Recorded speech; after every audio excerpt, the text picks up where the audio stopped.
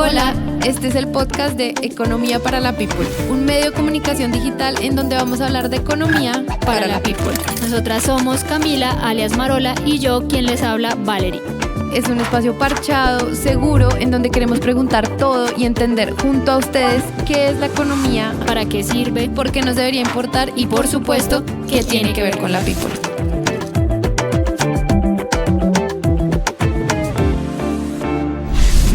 Bueno, bienvenida a toda la people que está aquí escuchándonos o viendo este podcast, el podcast de Economía para la People, que es un lugar seguro para hablar de economía en lenguaje sencillo, temas que a veces suenan muy ladrilludos y que nosotras queremos desmenuzar, platanizar y sobre todo abrir un debate porque definitivamente no tenemos la respuesta de todas las cosas. Nosotras somos Valerie y yo quien les habla, María Camila, alias Marola, que por ahí de pronto Valerie me va a estar diciendo Marola. Entonces, para que sepan, eso tiene una larga historia que después contaremos en algún momento. ¿Y tú qué? ¿Cómo estás? ¿Cómo te sientes en este episodio de Economía para la People? Bien chévere poder explorar este tipo de espacios para la people, así que vamos a estar por aquí echando rulo, pero siempre como con rigurosidad. Ustedes saben que así hablemos como con slangs o temas como colombianos, pues la idea es que no se pierda la esencia de explicar y de siempre mostrar como lo bueno y lo malo de las cosas para que cada uno se haga como una opinión informada sobre los temas que tratemos. Sí, este es un espacio seguro, así que también en la medida en la que vayan escuchando este podcast o tengan ideas, también nos pueden escribir en nuestras redes sociales. Saben que nos pueden encontrar como Economía para la People, People como se escribe en español, P-I-P-O-L, y también nos pueden escribir a nuestro correo info@economiaparaLaPeople.com. Y bueno, hoy vamos a hablar de un tema que ha sido polémico en redes sociales y bueno, en la agenda pública, y es el tema del famoso neoliberalismo, la intervención del Estado en la economía, porque Petro está diciendo que las EPS tienen que salir del negocio, que se están haciendo millonarios, que mejor dicho, lo mismo está pasando con las pensiones, con los servicios públicos. Esa es una discusión que trae este gobierno y que también es una discusión que se está dando pues en otros países de América Latina, ¿no?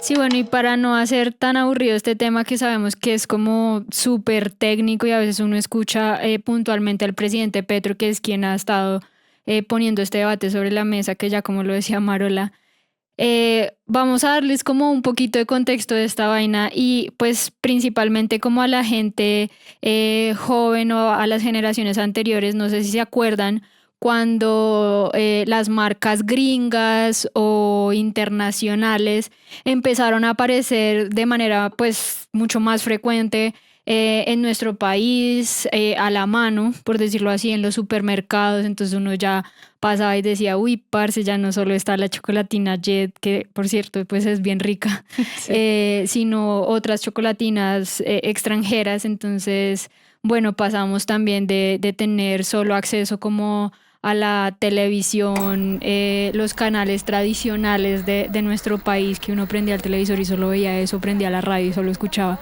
como esas noticias. Sí, yo me acuerdo la perubólica.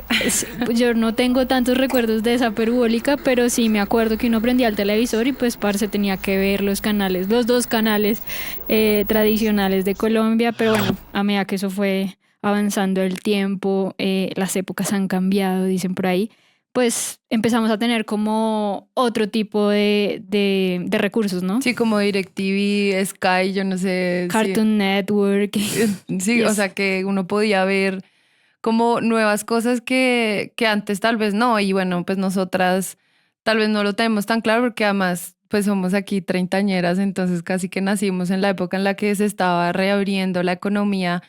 Pero digamos que eso es como un ejemplo en el que estamos como platanizando un poco esto, que obviamente es mucho más profundo, que es algo que iremos explorando en este episodio.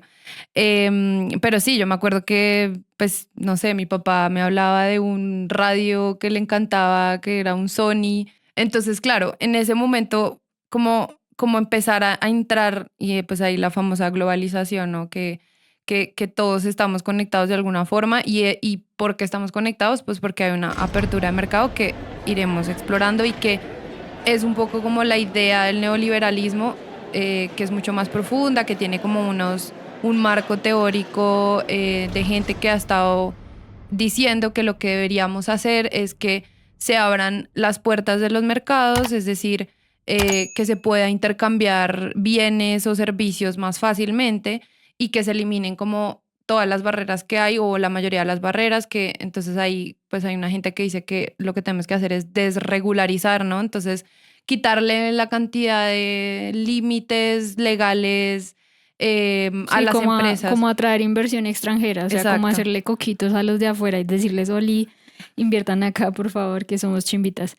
Pero bueno, eso nos trajo como ese, por decirlo así, como a grandes rasgos, como esa ventaja de pasar de tener solo como los temas o cosas nacionales. Pero eso también abre una gran pregunta y que creo que es un debate interesante a dar y que pues también lo daremos aquí en este podcast, y es qué pasó con esas industrias nacionales. O sea, y aquí yo les cuento un ejemplo. Mi abuelita por allá en los años 50 trabajaba en una industria de calzado nacional que era como, pues madre, lo último en temas como principalmente de calzado infantil, ¿no? Entonces ella me contaba que de hecho daban empleo muy fácil, como necesitamos gente que maquile zapatos, que no sé, que los ponga bonitos en una cadena, y no importaba mucho como, bueno, usted que estudió tales, no, sino venga, necesitamos gente y nos está yendo re bien, así que vamos a romperla con empleos. A medida que pasó esto, pues ya hacia los años 90, pues digamos que este tipo de industrias, en el caso pues del ejemplo de mi abuelita, fue perdiendo un poco de protagonismo, y a su vez, pues si pierden protagonismo en el mercado, o sea, si dejan de vender tanto como vendían antes, pues funciona igual como una casa, parce. O sea, si tú no tienes suficientes ingresos, pues tienes que ver de dónde cortas gastos, y bueno, esto pasó y también se vieron afectados empleos. Entonces, hay cosas buenas, claro, como en todo, pero tampoco hay que romantizarlo del todo, porque pues también tiene otras cosas que se pueden mejorar, ¿no? Que eso hace parte de la discusión que queremos tener acá en Economía para la People de este tema puntualmente. Claro, y ahí como para entender y pues ir ahondando en el tema, la apertura de mercado o el neoliberalismo, que además digamos que no es como un término académico, porque bueno, mucha gente dice, no, es que así no se le dice, sino apertura de mercado, libre mercado, en fin, tiene como estos puntos claves y es lo que les decíamos, eliminar algunas barreras para que haya un intercambio, pero también la participación del Estado, que es lo que nosotras estamos hablando acá. Y eso tiene que ver con estas normas. En algún momento, cuando decidimos ser digamos, un país cerrado, más proteccionista, que es como lo llaman la people economista No, experta, ya sí. que es un Estado más proteccionista en donde el Estado dice, no, nosotros vamos a fortalecer la industria nacional y vamos a producir todo lo que consumimos en este lugar, que es lo que, pues el ejemplo que da Valerie de su abuelita.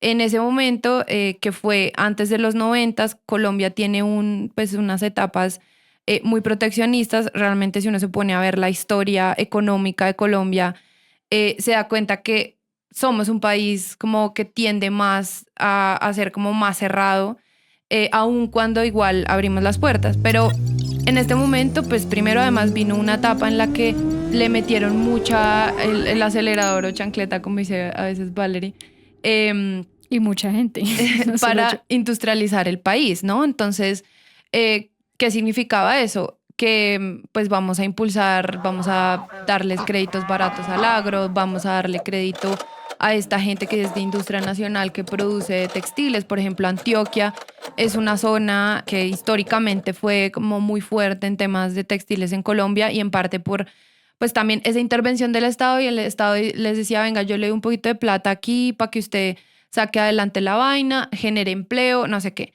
Entonces, ¿qué es lo que pasa? En los 90, que es como, digamos, como este momento que no solamente, bueno, finales de los 80 y principios de los 90, es un momento en el que todo el mundo, además estaba de moda el neoliberalismo, porque veníamos también como de unas crisis acumuladas en las que decían, no, pues es que fue madre, para recuperarnos de la crisis. Toca que el Estado meta billete también y las empresas. Claro, y que además las empresas puedan vender hacia afuera, ¿no?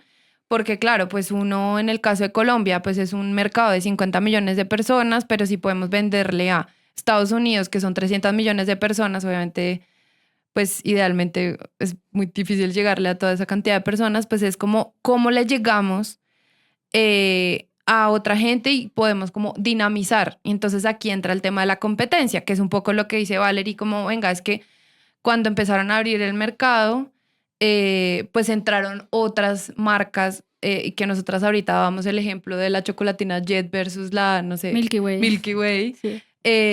la competencia. O de los zapatos infantiles que hacía la fábrica donde trabajaba mi abuelita versus tener acceso a Converse. Exacto. O a Converse versus Croydon. o los Venus. Sí, ¿cuáles son esos? Ay, bueno. Pero claro, entonces, ¿qué fue lo que pasó? Que cuando abrimos las puertas, por un lado, entraron todas estas industrias que estaban muchísimo más desarrolladas, como estas gringas que además tenían un mercado más fuerte y pues que es Estados Unidos, ¿no? O sea, como el capitalismo salvaje. Tío Sam. El tío Sam, sí. Entonces, claro, ¿cómo la industria nacional competía? Pues no competía. Y además, en Latinoamérica a veces somos un poquito wannabe. Entonces, como, uy, tengo el Converse de marca, ¿no? Como las zapatillas Nike, entonces ya no me importa el Croydon porque me veo como menos cool, que eso pues es como algo que a veces uno ve por ahí. Entonces, en ese momento, como que abrimos las puertas y la promesa, ¿cuál era? Venga, vamos a abrir las puertas y la economía se va a dinamizar, va a entrar más plata, inversión extranjera. Empleos de cierta manera. Sí, como también opciones para el consumidor, como, ok, todo bien, si usted no quiere necesariamente como este calzado nacional, pues tiene este también, ¿no?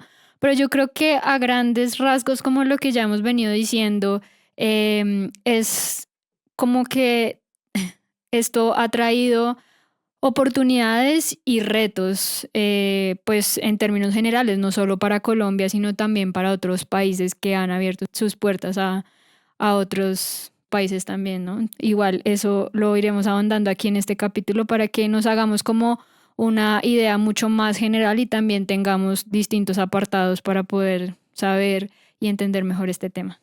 De acuerdo. Entonces, bueno, obviamente todos estos cambios, pues trajeron como unos ajustes a la economía, un cambio radical en la manera en la que operábamos como país, cómo se generaba empleo, en fin. Y pues obviamente para los bolsillos de la people y para la industria nacional, como hemos venido hablando. Entonces, traemos aquí algunas voces y estuvimos conversando con alguna people experta que a veces por ahí en nuestros videos y cosas que hacemos en redes siempre son como gente ahí abstracta, pero en este caso vamos a escuchar sus nombres y saber quiénes están un poco detrás de algunas de las ideas que nosotras traemos en lo que hacemos en Economía para la People. Sí, pues qué tal si empezamos escuchando a Alison Benson. Ella tiene un doctorado en economía y pues es economista. Ella dirige Reimaginemos, que es un colectivo de artistas, académicos y activistas que quieren que en Colombia se pongan sobre la mesa todos estos temas sobre las desigualdades y bueno, ella también nos puede dar como una visión importante sobre esto de privatizar o no, que más o menos es la discusión que se ha estado dando en estos últimos momentos. Sobre esta gran pregunta de si el desarrollo debe ser guiado, liderado por el mercado, por el Estado, quisiera decir un par de cosas. La primera es que esta es la gran pregunta de los estudios del desarrollo, de los paradigmas del desarrollo que llevan haciéndose estudiosos y que lleva haciéndose mucha gente por décadas, ¿no? Entonces pasamos de esta visión, sobre todo en la posguerra, donde se veía al Estado como ese motor del crecimiento, ese motor de dar línea de hacia aquí debemos ir como sociedad, como economía, y después un quiebre político que se da pues en los 70s y 80s con la llegada del neoliberalismo, que cabe decir no es un paradigma económico, es un paradigma político. Y acá quisiera un poco adentrar en cómo esta discusión sobre cómo generar desarrollo y quién lo debe liderar, realmente es una discusión que está permeada por lo político en lo más profundo, y al volverse un asunto político, también lo que ha pasado es que ha habido una polarización sobre la postura, es decir, un blanco y negro, un Estado o mercado, pero pues realmente la discusión no es blanco y negro, no es si debe ser un desarrollo guiado por un intervencionismo súper fuerte como el que tuvimos, por ejemplo, en Latinoamérica antes de la apertura, y tampoco es un blanco y negro de que debemos privatizar absolutamente todo, desregularizar absolutamente todo, reducir el tamaño del Estado a lo más mínimo, como ocurrió después de la apertura económica alrededor de todo esto que se dio con el consenso de Washington y digamos este cambio profundo que hubo en la manera de ver el desarrollo y ver las responsabilidades de cada sector en el desarrollo. Hoy en día hay realmente un consenso en que la pregunta no es Estado-mercado, la pregunta no es privatización o no, la pregunta es una combinación de los sectores. Bueno, ahí escuchamos un poco a Alison, con quien también estuvimos conversando y entendiendo un poco como esta discusión. Entonces, un poco lo que dice Alison es, vengan, sí, hay como unas ventajas y desventajas de cada uno de los modelos, es decir, un mercado pues muy libre que haga lo que quiera y entonces no importa el efecto. Sin Dios ni ley. Sin Dios ni ley, literal. Como de hecho está la discusión ahorita con Milei, con Javier Milei. En Argentina. El presidente de Argentina, ¿no? El tipo está diciendo, no, vamos a abrir todos los mercados, libre mercado, libertarismo. El poder de un presidente liberal libertario.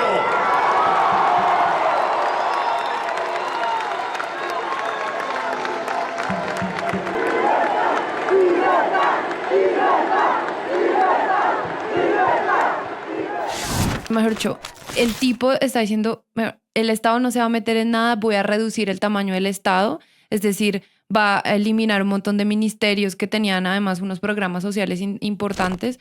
Es que el Estado no es la solución, el Estado es el problema. Ministerio de Turismo y Deporte, afuera.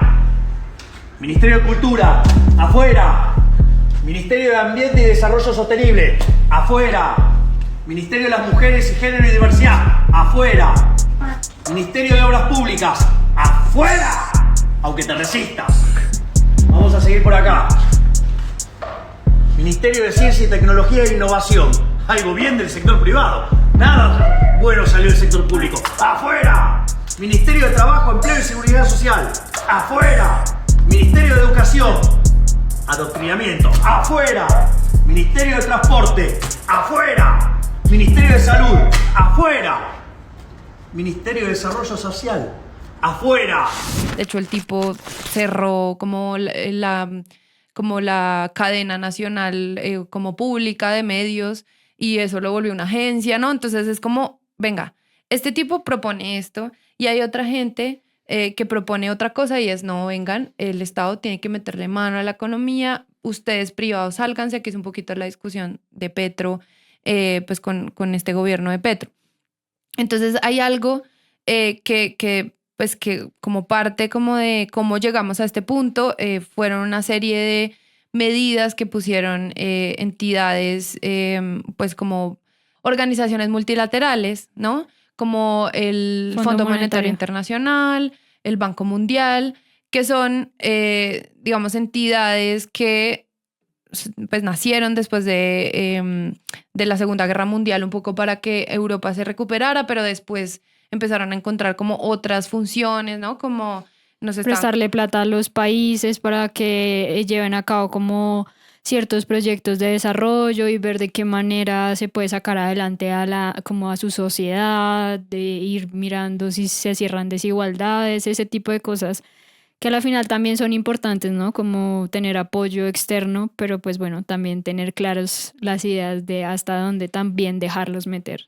Entonces, en ese momento, digamos, como en los 90s, pues surgieron como una serie de recomendaciones de estas entidades para países en desarrollo, sobre todo, pues América Latina y otros. Que es lo que menciona Alison, que se conoce como el consenso de Washington, para que no queden ahí como en perdidos. Sí, entonces ese consenso de Washington trae como unas medidas, sobre todo para que, digamos, países de América Latina como Colombia salieran de un momento muy grave de deuda, porque entonces, claro, cuando el Estado era, pues como le metió tanta plata a la economía, pues al mismo tiempo se estaba endeudando y tenía unas finanzas como embolataditas, ¿no? Y pues implementaron como, bueno, ustedes tienen que reducir un poco más el tamaño del Estado, ser más eficientes, abran los mercados, ustedes tienen que pues eliminar o reducir los aranceles, que son los aranceles, los impuestos que paga la gente que compra y vende cosas a otros países, es decir, importación, exportación, sobre todo la importación. ¿Y qué significa? Pues que uno compre cosas de otros países. Entonces, al subir los aranceles, lo que hacían es que es como un mensaje a la gente que hace negocio y dice, venga, No compre afuera, compre acá adentro y limitaban ciertamente el mercado y pues eso también tenía como otros efectos en la economía, en precios y bueno, otras cosas. claro, en precios sí que pues la gente prefería pues hacer su propia industria acá, pues porque salía más caro comprar de afuera. Pero entonces digamos, en el consenso de Washington, una de las cosas que decían era, bájele a los aranceles, usted venga. Pero entonces, claro, ahí entra la discusión, venga, ¿esto a quién le convenía? ¿No? Entonces, como que parte de esta como crítica al neoliberalismo, esta apertura de mercados, como venga, pero pues sí, chévere que le abramos la puerta, no sé, a Estados Unidos, que tiene una industria. Ya desarrollada, que sí, esa era como la crítica, ¿no? Ya los países grandes pues lograron desarrollar su industria y nos dicen a nosotros como venga, ábranse a los países desarrollados y pues nuestra industria apenas estaba como dando pasitos de gateo y pues bueno, es como difícil también competir en ese tipo de condiciones.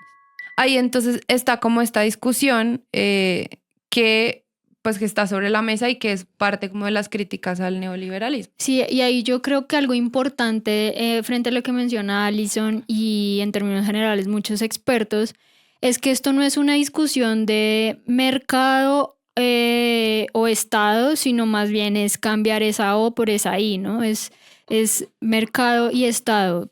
Todo el mundo, eso funciona yo creo que como una pareja, ¿no? Entonces no es como que, parce, tú vas a ser quien tomas todas las decisiones en la pareja, tú decides cómo usamos la plata, tú decides qué compramos, qué ahorramos y otras decisiones pues normales de la pareja, sino es como, parce, también reconocer al otro y tampoco satanizarlo, como yo decir, ah, no, como tú no tienes tanta experiencia en esto, pues entonces yo voy a tomar todas las decisiones y no te las voy a consultar y te las impongo básicamente, sino es como decir, venga, ¿de qué manera, ok, yo puedo que tenga como liderazgo en este proceso, pero tú qué opinas, en qué manera nos podemos complementar para sacar adelante esta vuelta que es una pareja y que pues te beneficia a ti, me beneficia a mí y a pues si tenemos hijos o algo así, como a los otros, ¿no? O a nuestros familiares también.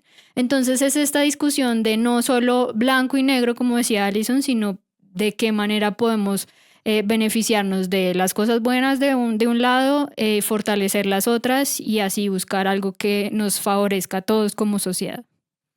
De acuerdo. Y entonces ahí también tenemos otra voz, porque bueno, nos gusta la diversidad. Llegó el momento de darle paso a los hombres.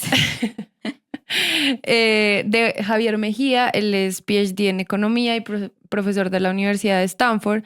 Y él también nos habló un poco como de cómo llegamos a esta apertura de mercado también para ir entendiendo, porque yo creo que, bueno, a veces Valerie dice que yo me encanta el contexto y me extiendo que sí, pero yo creo que sí es importante entender la historia, como de dónde viene todo para uno decir, venga, tienen razón o no, porque lo que está pasando ahora es que como, y que también lo mencionaba Alison, es que todo este tema del neoliberalismo y como o otros, como otras visiones o modelos económicos que socialismo, comunismo, lo que sea, se sataniza mucho y se politizan mucho y la idea no es esa, sino como tener los argumentos como más objetivos posibles para poder ahí sí tomar una posición al respecto. Entonces, bueno, escuchemos lo que nos dijo Javier. A ver, como una historia canónica de la apertura y la participación del Estado en Colombia que describe la cosa un poco de la siguiente manera. Habla de un periodo profundamente proteccionista y regulado en la segunda parte del siglo XX, es decir, como desde la posguerra, la Segunda Guerra Mundial, hasta más o menos los mediados de los 80, en el que se implementaron toda una serie de políticas que iban en línea como la filosofía de lo que se conoce como política cepalina de sustitución de importaciones. Es un tipo de políticas muy común no solo en Latinoamérica, sino en buena parte del mundo en desarrollo. Entonces, bajo esas condiciones, Colombia era muy proteccionista y se abrió en los 90s. Esa historia canónica tiene como dos elementos sobre los que uno debería reflexionar, y es uno, hay una prehistoria, si se quiere, y es qué fue lo que pasó antes de mediados del siglo XX, y ahí uno puede pensar en una etapa de apertura en la segunda parte del siglo XIX, por ejemplo, llevada a cabo por los gobiernos radicales, liberales. Pero además hay toda una serie de críticas a la idea de que de hecho Colombia se haya abierto en los 90s. Hay mucha gente que lo que dice es que realmente las barreras como prácticas del comercio en Colombia siguen estando ahí, ¿no? Cosas como el hecho de que el país tenga un mercado pequeño, de que tenga altos costos de transporte, de que haya poca migración. Eso hace que el nivel, por ejemplo, de importaciones y exportaciones del país siga siendo mucho más bajito que el de pares en la región. Entonces hay mucha gente que dice que Colombia realmente nunca se ha abierto, y aunque hayan aranceles más bajos, el país sigue estando muy aislado.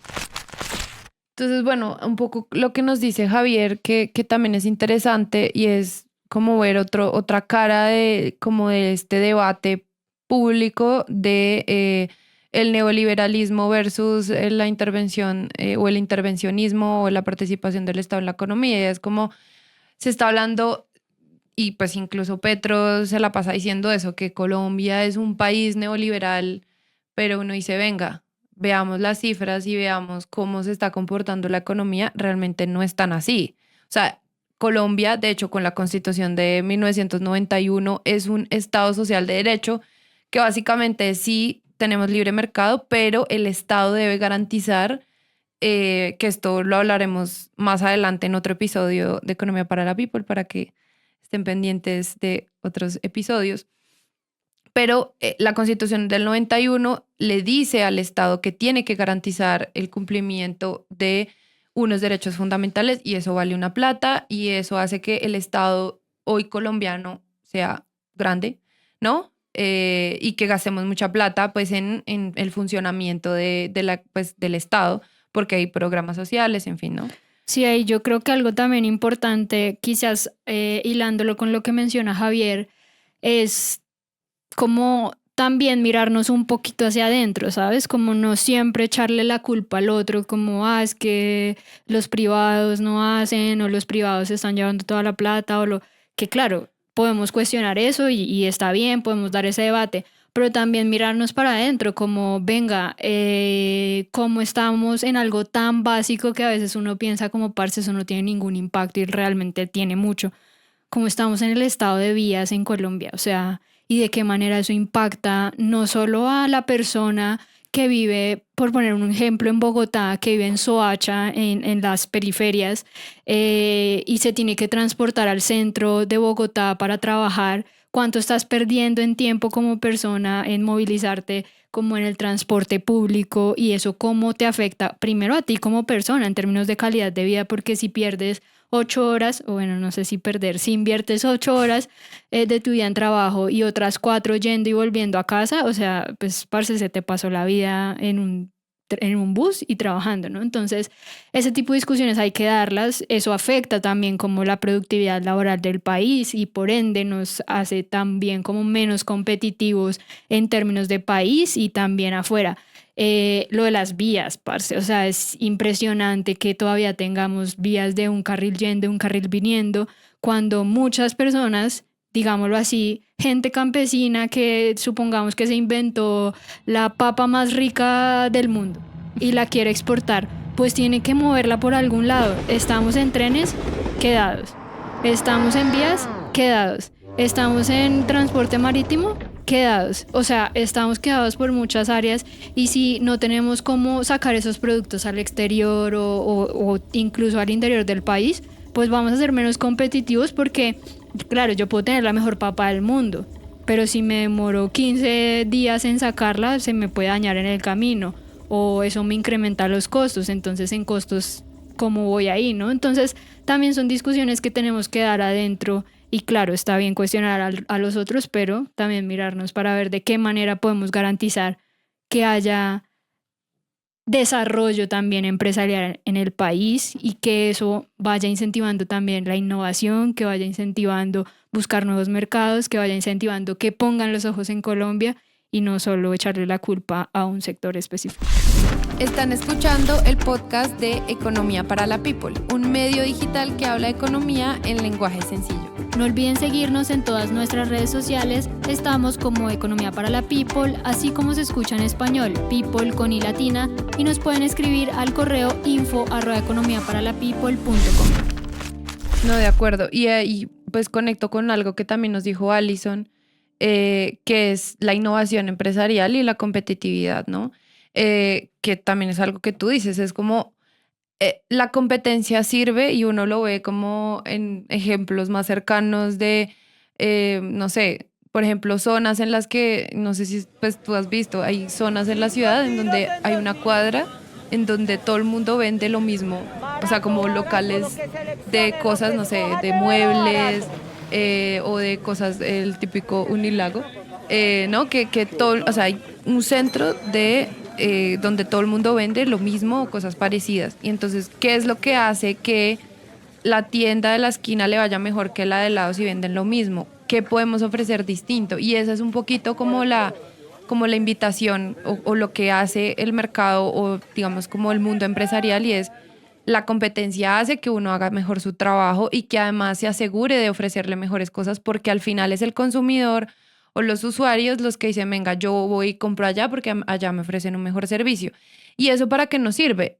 La conexión con eso es que si tú como sector estás innovando, estás mejorando tu trabajo, puedes hacer mejores cosas y además, como la calidad es tan alta, puedes salir a venderlo afuera, ¿no? Entonces es como, pero también el Estado, aunque digamos, pensemos en un Estado incluso intervencionista o en este momento que es como una apertura de mercado con una participación del Estado también, ¿qué hace el Estado para que exista la innovación?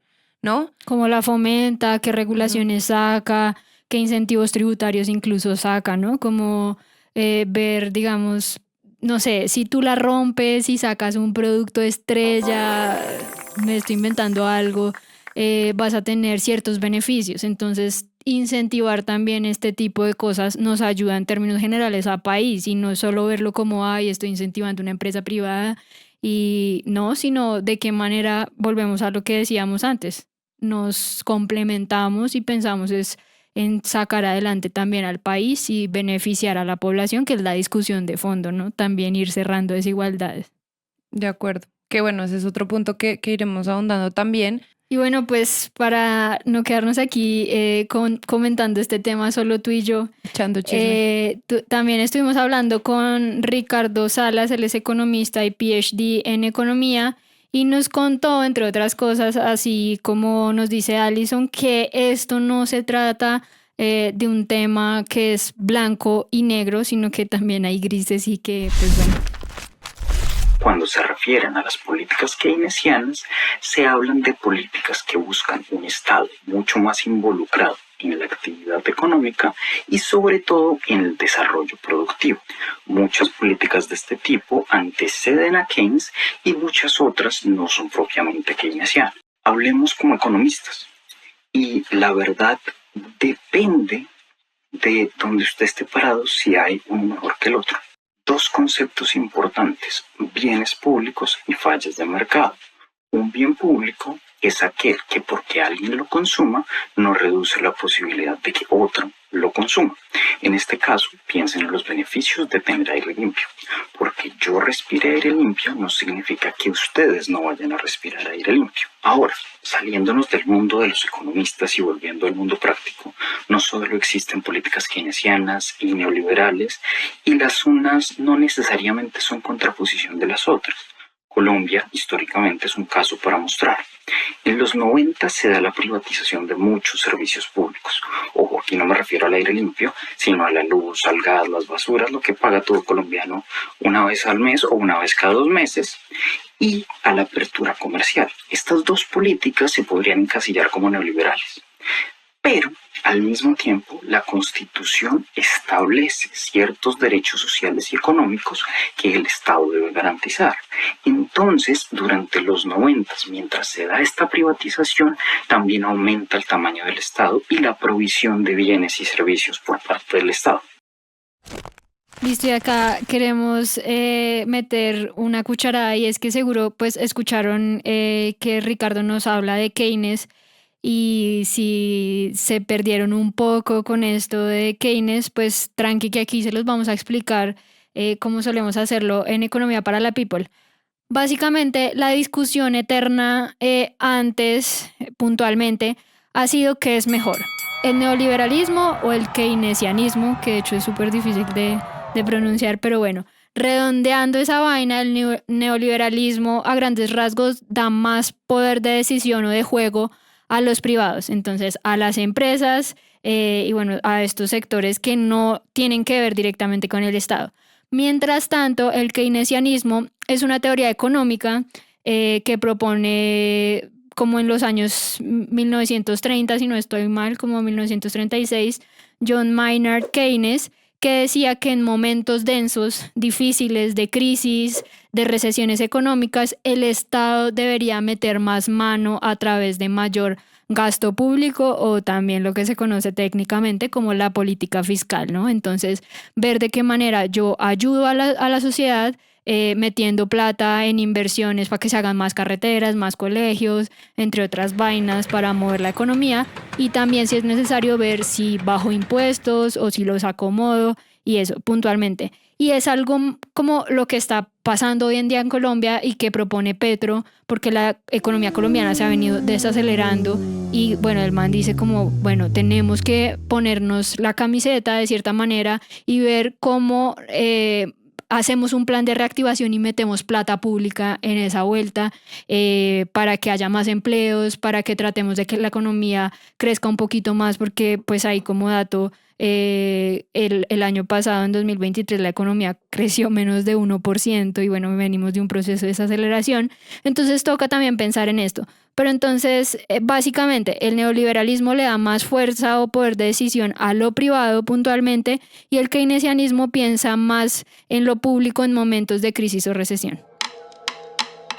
Y bueno, y ahí también como contexto de este man Keynes. El man, pues es un economista británico y el tipo propuso, digamos, esta serie de medidas económicas después de la Gran Depresión de los 30, que sobre todo afectó a Europa, ¿no? Entonces, pues la gente estaba en la B, literalmente, y entonces le dijeron, venga, ármese aquí un plan, porque tenemos que pues, sacar adelante, pues, como la economía, usted qué propone, y el tipo propuso esta serie de, pues, como de medidas, y por eso también, pues, incluso durante la pandemia, el tipo volvió a sonar mucho, pues, porque todos los países pues en el mundo se estaban diciendo, venga, ¿qué tiene que hacer el Estado en este momento de crisis? Que fue cuando se metió la mano al bolsillo en muchos estados a decir, parce, estamos en la B, la gente no está pudiendo salir a trabajar o mucha gente ha dejado de comer, o mandemos mercados o mandemos bonos a la casa o que se la aumentaron gente... las transferencias monetarias. Entonces, claro, y la deuda del Estado creció un montón y que esas son las consecuencias que estamos, digamos, asumiendo en estos momentos. Entonces, por ejemplo, Ingreso Solidario, que fue un programa que se creó durante la pandemia, en el que literalmente el Estado le mandaba plata a la gente como que más lo necesitaba, bueno. Que no estaban otros programas sociales como Familias en Acción y otros, sino era como por decirlo así, esa clase media que estaba afectada vulnerable. por eso, que era vulnerable a los cierres de la actividad económica, entonces a los cierres de los comercios, a no poder salir a trabajar, entre otras cosas. Y el programa le llegó a 4 millones de familias, pues que uno lo multiplica así, no sé, por 3 o 4, pues ahí nos da más gente. Entonces ahí, digamos, esa fue una discusión. Y entonces, claro, por ejemplo, mucha gente, no, que es que Duque era un tipo neoliberal. Entonces, bueno, esta política, por ejemplo, no es tan neoliberal, ¿no? O sea, meter el Estado, o sea, meterse la mano al bolsillo para, digamos, para ayudar a la gente en un momento de crisis. Por eso es que ponernos aquí de blancos y negros en esta discusión política que hay en este momento, pues es como medio fake news. Porque, sí, no tiene sentido. Porque realmente, primero, Colombia ya es un país que sí tiene un libre mercado, pero que, como lo decíamos ahorita, es un Estado social de derecho que garantiza ciertos derechos fundamentales como la salud, la educación, ¿no? Ahora, de ahí a que eso funcione bien, pues es otra discusión, ¿no? Que es un poquito como la pelea que hay con las EPS y de lo que habla un poco Salas, ¿no? Que por un lado es como a la gente al final lo que le importa a nosotros, a la people, es que nos atiendan bien en la EPS o en el centro de salud. Que tengas acceso a una educación de calidad sin importar dónde naciste, si eres de estrato bajo o qué. O si eres privilegiado. Exacto. Y que eso nos dé oportunidades. Y para esas oportunidades necesitamos pues que pues tanto las empresas privadas como el Estado funcionen bien. Y al final eso es lo que a la gente le importa. Entonces, claro, las discusiones políticas que muchas veces, pues, para pues ser redundante, se politizan y al final la gente, no, entonces yo estoy de acuerdo con que cierren todas las puertas y entonces apoyemos solo la industria nacional. Bueno, amigo, pues esto no es solamente la única forma de que, digamos, se desarrolle la economía y por eso hay que sincerarnos en esta discusión pública sobre realmente qué es lo que funciona del modelo actual, qué se puede mejorar y cómo entre el Estado y los privados podemos ponernos de acuerdo para sacar adelante la economía, que es al final lo que a la gente le importa. Y que yo creo que, bueno, ahí tú tocas un punto importante y es también avanzar en la discusión de no solo pensar en PIB, o sea, en economía. ¿Cuánto crecimos? ¿1%, 0%, 5%, 10%?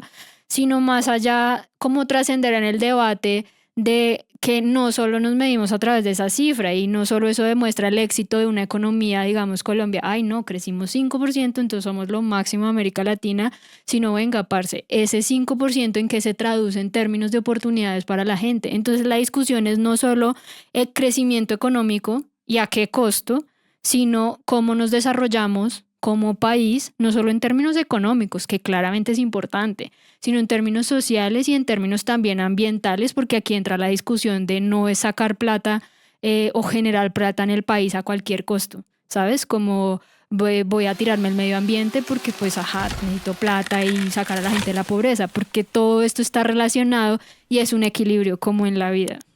De acuerdo. Y entonces, bueno, aquí ya cerrando un poquito nuestra etapa de escuchar a la people con la que hablamos para hacer este podcast y bueno, traerles como ideas interesantes que además nos gustaría que, pues si ustedes tienen dudas, comentarios o lo que sea de lo que hemos ido hablando, pues chévere que lo pongan pues ya en los canales que decimos, redes sociales o el correo de Economía para la People, info@economiaparalapeople.com. Pero bueno, aquí César Tamayo, decano de la Escuela de Finanzas, Economía y Gobierno de la Universidad de EAFIT, que está en Medellín, también nos habló un poco como de las ventajas y como de cómo se está moviendo, bueno, cuál es como su posición frente a esta tensión que hay entre la participación del Estado y en la economía. Escuchemos a César. Bueno, Keynes ofreció una explicación a algo que la gente del común no entendía en su momento, y era cómo habían llegado a una crisis económica de tales proporciones como la Gran Depresión. En ese entonces, pues las herramientas de la economía como disciplina eran más limitadas y la versión de Keynes de que se trataba de mercados fallando, de desconfianza en el futuro, espíritus animales, consonaba bien, digamos, con el sentimiento generalizado de frustración en la época. Solo más tarde, con el avance del análisis cuantitativo y con la ayuda de Milton Friedman, entenderíamos que la Gran Depresión allí hubo sobre todo una falla de Estado, más que una falla de mercado, cuando el Banco Central de Estados Unidos no se percató que debía inyectar suficiente dinero en la economía por los cambios que ocurrían en la velocidad de circulación. Pero me parece que esto opaca otros aciertos que sí tuvo Keynes, como por ejemplo en anticipar los efectos del Tratado de Versalles, y que esto podría, por los efectos que tenía en Alemania, podría llevar a una nueva guerra, lo cual efectivamente sucedió, o su aporte, por ejemplo, a la construcción de la arquitectura financiera internacional como la conocemos hoy, el Banco Mundial, el Fondo Monetario Internacional, y que ha traído relativa estabilidad al mundo en estos 80 años. Si nos referimos al neoliberalismo como el uso de los mercados y el sistema de precios para resolver la mayoría de nuestros problemas de asignación, yo creo que esta práctica no entra per se en conflicto con las ideas keynesianas. De hecho, creo que aquí se abusa mucho del término keynesianismo, al querer atribuirle como todo tipo de propuesta de intervención estatal. Eso es otra cosa, eso es estatismo y se parece quizá más a un socialismo. Keynes se refirió siempre a la intervención del Estado ante situaciones de demanda insuficiente, o sea, de recesión o crisis, y principalmente por la vía de la política fiscal. Yo creo que para un país como el nuestro tiene sentido usar los mercados tanto como sea posible, y ocasionalmente, cuando enfrentemos recesiones severas o verdaderas crisis, acudir a estos mecanismos de mayor gasto o menores impuestos para tratar de suavizar esos ciclos. Bueno, y aquí César habla de varias cosas que también pueden sonarnos a varios como en chino, así que vamos a comentarlo rápidamente. Él menciona a Friedman y es un economista estadounidense que popularizó las ideas del neoliberalismo y asesoró a muchos gobiernos de varios países sobre estos temas. También menciona el Tratado de Versalles, que fue un acuerdo de paz que se firmó para finalizar la Primera Guerra Mundial por más de 50 países. Entonces, bueno, un poco para retomar ahí lo que dice, que es un poquito en línea con lo que nos han dicho pues el resto pues, de people con la que hemos hablado, ¿no? No necesariamente estas dos ideas son antagonistas o tienen que enfrentarse, sino que pueden complementarse. Las ideas, por ejemplo, de este tipo Friedman pueden complementarse con las de Keynes, y de hecho el tipo traía algunas ideas en sus como asesorías a gobiernos de Keynes, ¿no? Entonces creo que aquí podemos como ir como encontrando un poquito el camino o la conclusión de este podcast, que un poco lo que buscamos nosotras siempre es plantear los puntos de vista que hay sobre una discusión de ambos lados, para no quedarnos como con el discurso público y como la desinformación también que hay sobre ciertos temas, sino que de verdad queremos que ustedes también se pongan como a echar cabeza. ¿Ustedes qué opinan, no? O sea, ¿qué les parece que funciona más? Ya entendiendo estos argumentos, que creo que es un poquito el objetivo de este podcast. Pero bueno, y sí, ahí como decía Marola, con este panel de lujo de expertos y expertas, hemos podido aterrizar un poco más esos conceptos que se quedan a veces ahí en la nube y que uno escucha a los técnicos y dice, ay, ¿de qué me están hablando? Auxilio, ¿eso en qué me afecta? Así que bueno, pero bueno, hagamos una recapitulación así súper rápido de lo que hemos hablado, y nos gustaría acá mencionar un poquito, traer un poco la sección que tenemos de nuestro video de lo chimbita y lo paila, y es decirles como qué es eso bueno y qué es eso malo que podemos destacar, ¿no? Entonces, ¿qué podría ser lo bueno de la apertura económica o de mercado? Creo que ya lo hemos ido hablando, pero la competencia que esto trae para que otras empresas incluso piensen en innovar, claro, innovar también pensando en beneficios para la people, y acá es importante el papel que juega el Estado de tampoco permitir todo a cualquier costo, sino brindar una serie de reglas y de regulaciones para decir, hey, sí, todo bien, gana plata, chill, chévere, pero pues tampoco te aproveches como de Subir los abarcar precios. todo el mercado y entonces decir, ja, voy a subir el precio del papel higiénico porque tengo el poder del mercado, ¿no? Sino, claro, estas leyes antimonopolio que debería y que está a cargo del Estado. Y pues esto también nos deja algo importante y es que lo bueno de estas cosas es que el Estado no tiene que ser el todopoderoso, no tiene que ser el que se echa las cargas solo y decir como, yo puedo con todo y a la final, pues no poder con todo, ¿no? Sino decir, listo, dar líneas, dar lineamientos y compartir responsabilidades, por decirlo así, que nos puede ayudar a que haya más innovación en las empresas, en las universidades públicas también, y que nos permita como país avanzar en este desarrollo económico, social y ambiental. Y poner en el radar a Colombia en el mundo, no solo como el país en el que tú puedes contratar mano de obra barata si pagas en dólares, sino también como un país que permite innovar y que permite crear otro tipo de productos que también le sirven al mundo y pues en sí a su sociedad como un todo. No, y que aprendamos a sacarle el jugo a lo que tenemos. O sea, Colombia es uno de los países más biodiversos del mundo. Tenemos la Amazonía que compartimos con otros países, que además es como un activo importante para el mundo entero, ¿no? Los páramos. Los páramos. Los frailejones. Ernesto Pérez. Sí. Entonces también es como pensar cómo cuidamos el medio ambiente, todo lo que tenemos, qué le podemos sacar, como qué puede hacer Colombia, que no sé, productos de exportación y con eso tener más ingresos, porque bueno, pues nos sirve de todos modos la entradita de dólares. Yo creo que también lo bueno es que el Estado se puede enfocar en sus tareas, como no querer abarcar todo y pues poner reglas de juego claras y pues también buenas, permitir que haya estabilidad económica o macroeconómica en el país, como sabes, como voy a tratar de que la inflación, que es el costo de vida, no se nos vaya por las nubes o tampoco esté en el piso. Junto con el Banco de la República, que tiene como esa función. Sino ver de qué maneras controlas también este tipo de variables en el país y hacerlo más atractivo para nuestro país como en sí, que si tenemos más plata de impuestos, pues podemos también invertir en salud, en otras cosas. Y bueno, siempre como que la visión debería ser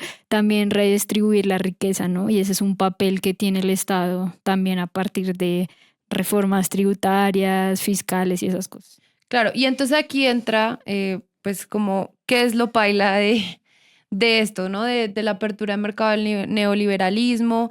Y ahí lo mencionaba un poquito Valerie, ¿no? La redistribución de la riqueza. Uno de los problemas o como las discusiones grandes que hay ahorita y que pues ha habido por años es la desigualdad. Colombia es uno de los países más desiguales del mundo y esto pues siempre suena como frase de cajón, pero no lo es, son datos y hay que darlos. ¿Y por qué? ¿No? Entonces uno dice, venga, pero si están los 3 hombres más millonarios, porque son hombres, más millonarios de Colombia en la lista Forbes de millonarios mundiales, ¿no? Que tienen pues como unas riquezas impresionantes. Entonces uno ve la típica de, no sé, el Taylor Swift viajando en avión. Esto es pues como un ejemplo ya global. O Elon Musk, que tienen unas vidas como muy extravagantes, pues porque son ultra mega millonarios.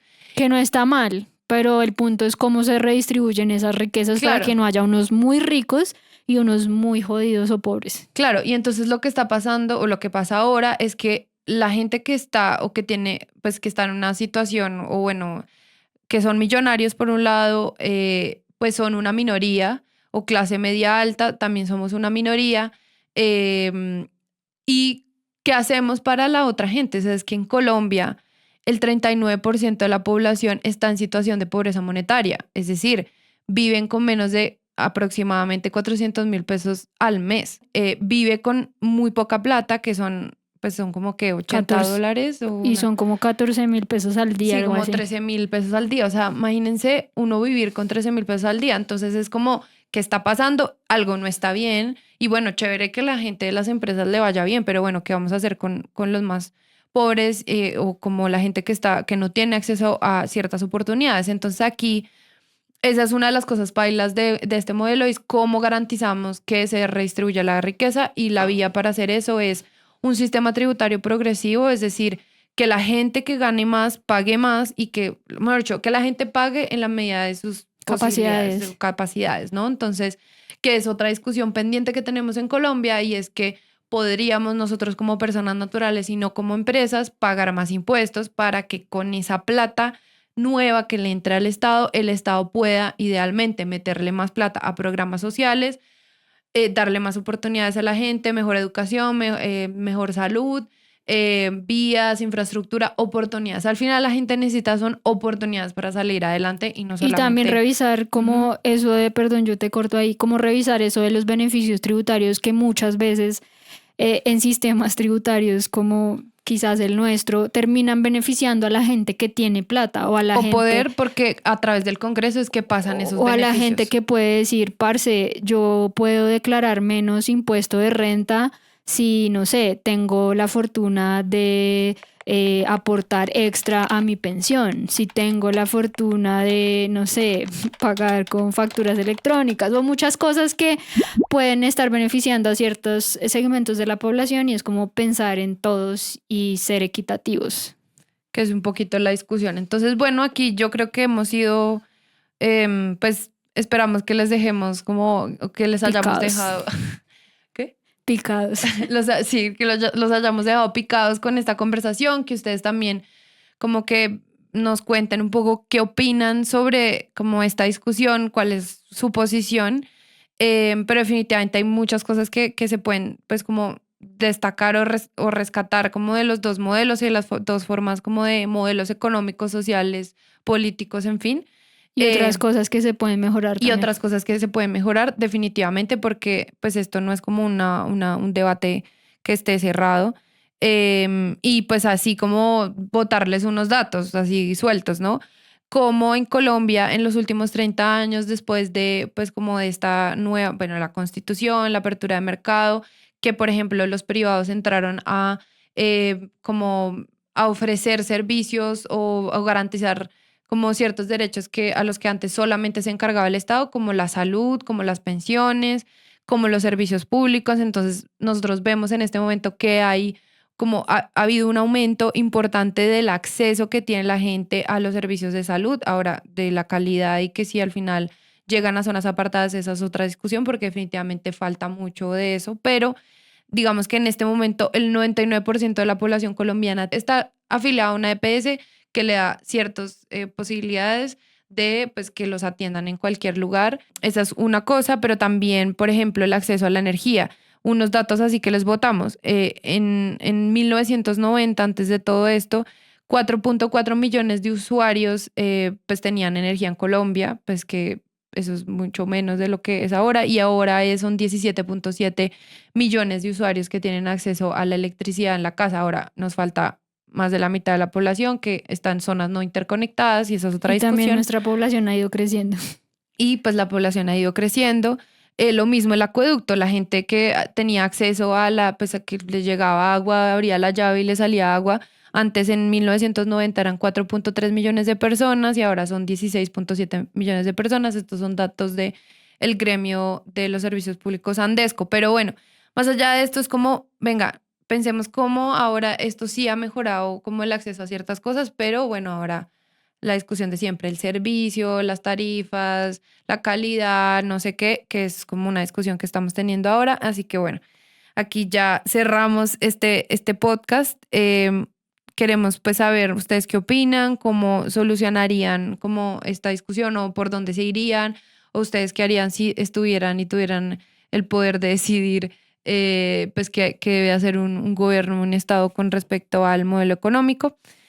Sí, listo. Y pues ya para cerrar queremos, como siempre, reiterar que estamos súper abiertas a sus comentarios y en parte queremos invitarles a que nos escriban cómo vieron este podcast, cómo lo escucharon. Pueden hacerlo en su plataforma de streaming favorita o en YouTube o en la red social que prefieran y en la que nos sigan. Recuerden que esto es Economía para la People, un espacio seguro y parchado para que aprendamos de economía y finanzas en un lenguaje sencillo. Les esperamos con el próximo episodio, así que estén pendientes que vamos a seguir hablando de estos temas que son muy importantes y nos tocan a todos, así creamos que no. Chao. Bye. Este fue el podcast de Economía para la People. Gracias a toda la gente que nos vio o que nos escuchó. Este es un espacio parchado, seguro, en el que resolvemos dudas y entendemos de qué habla la People experta. Así que, como siempre, ya saben que sus dudas son nuestras historias. Nos pueden escribir en todas nuestras redes sociales y a nuestro correo info@economiaparalapeople.com, y si todavía no nos siguen, háganle con confianza.